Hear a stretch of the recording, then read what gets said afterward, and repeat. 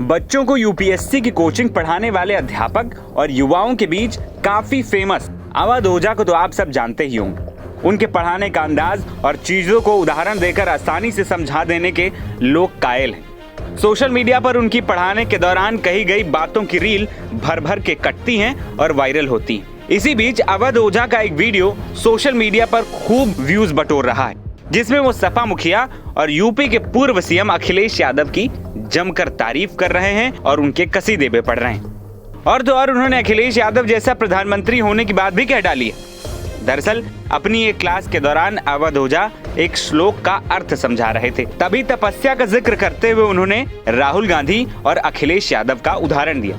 इसी दौरान अवध ओझा ने कहा कि ये दोनों भविष्य के बहुत अच्छे नेता हैं, लेकिन अखिलेश यादव को सबसे पहले ये काम करना चाहिए कि वो अपने गुस्से को थोड़ा नियंत्रित करें।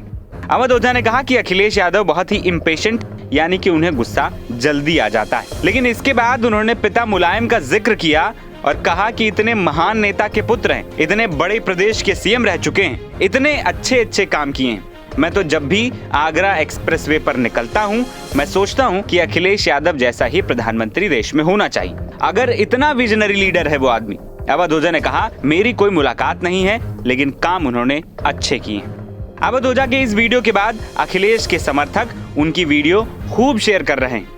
आपको बता दें कि अवध ओझा भले ही एक शिक्षक हों, लेकिन राजनीति पर उनकी कही गई बातें खूब वायरल होती हैं। लोकसभा चुनाव 2024 के दौरान भी अवध ओझा खूब सुर्खियों में रहे थे। चर्चाएं थी कि वो प्रयागराज से बीजेपी से टिकट मांग रहे थे, लेकिन किसी कारण से उन्हें टिकट नहीं मिला, जिसके बाद उन्होंने इन दावों पर मुहर भी लगाई।